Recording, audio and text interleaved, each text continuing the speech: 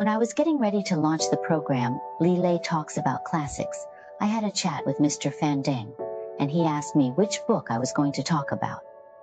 Without hesitation, I said, The Red and the Black. Why? For me, this book is like a calling, something that I just can't shake off. How did this calling come about? Let me share a story with you. There used to be a TV program on CCTV called Half the Sky, hosted by Zhang Yue. During her interviews with many women, she shared a story about a girl who had written her a letter. This girl, from Hebei, but working in Guangdong, aspired to alter her fate and earn more money.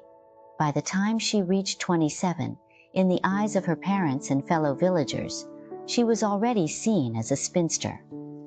If she didn't return home to marry soon, her family wouldn't approve, causing her extreme anxiety. So, she was pushed into a marriage, returning to Hebei and tying the knot in the village where she was born. All of her dowry was bought with the money she earned from working. The wedding was very respectable and grand in the village, so he was very proud. Among the many dowries, there was one very special thing, a table lamp. Zhang Yue asked him why he wanted a table lamp. Her wedding was very grand and impressive in her village, which made her quite proud. Among her dowry, there was something very special, a desk lamp. When Zhang Yue inquired about the reason for having a desk lamp, the girl responded, I know that once I return to my village, I realize I was bound to stay there. In the future, I will live the same life as my parents. But if I have this lamp and turn it on, sitting alone in the light, I feel like there's a small world beyond the confines of this land. On her wedding day, she wore a red and black striped sweater. When Zhang Yue asked why she didn't wear a bright red silk dress like others, the girl said, I know there's a famous novel called The Red and the Black. I haven't read it, but I feel like that's the world I'll never reach. So on my wedding day, I chose this sweater to symbolize my version of my red and black. This story struck a chord with me. Every time I recall it, it reminds me of the beginning of The Great Gatsby. Not everyone is lucky enough to have choices or the chance to change their fate through hard work. Sometimes, despite all our efforts, we end up living an ordinary life. But everyone needs something a bit different. For this girl, her difference was poetry and distant dreams, her red and black. In the novel, The Red and the Black, the protagonist Julien is a handsome young man, striving to change his fate. He struggles hard to achieve upward mobility. But once he succeeds, he can't go back to a simple life, and even finds it impossible to accept the life of an ordinary person. Hence, he ends up paying with his life. This is the crux of it. I find resonance between Julien and the characters like Sun Shaowen and Sun Xiaoping in the ordinary world. But what sets them apart? In the ordinary world, no matter how hard a person tries, they eventually embrace the fate of an ordinary life and live peacefully. What about Julien?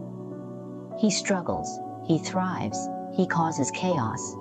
But when he realizes he's back to square one, he prefers sacrificing his life. That's the key difference. Before discussing The Red and the Black, let me tell you about its background. This novel is actually inspired by real-life events. When Stendhal was writing this book, he started by reading newspapers. As a French realist writer, he was very interested in social news. He discovered in a French publication called Judicial Bulletin, in 1827, a criminal case. The male lead in this news event was named Bérard, a young man from the countryside. He was bright, but a bit frail. He learned knowledge from a local priest, and was then introduced to work as a tutor in the household of Mr. Michaud. Later, Bérard fell in love with Mrs. Michaud, who was 11 years older than him. When this affair was uncovered, they were kicked out by Mr. Michaud. Bérard then took another job. However, just as he had won the affection of a young lady there and was preparing to marry her, Mrs. Michaud sent a letter exposing Bérard, leading to his dismissal.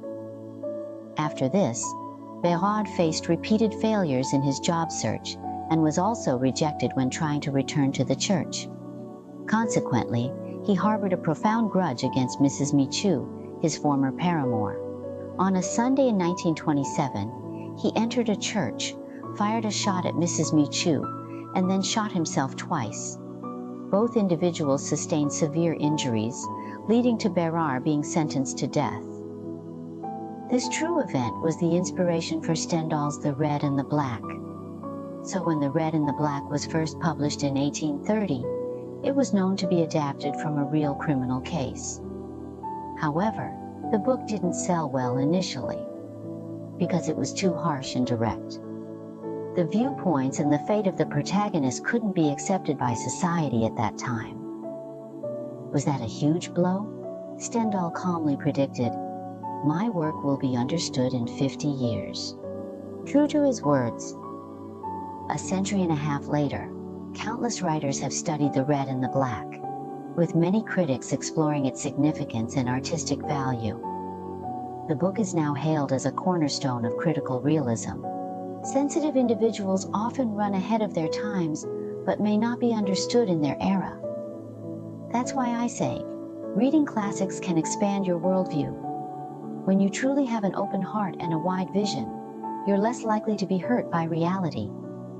Lastly, a little aside.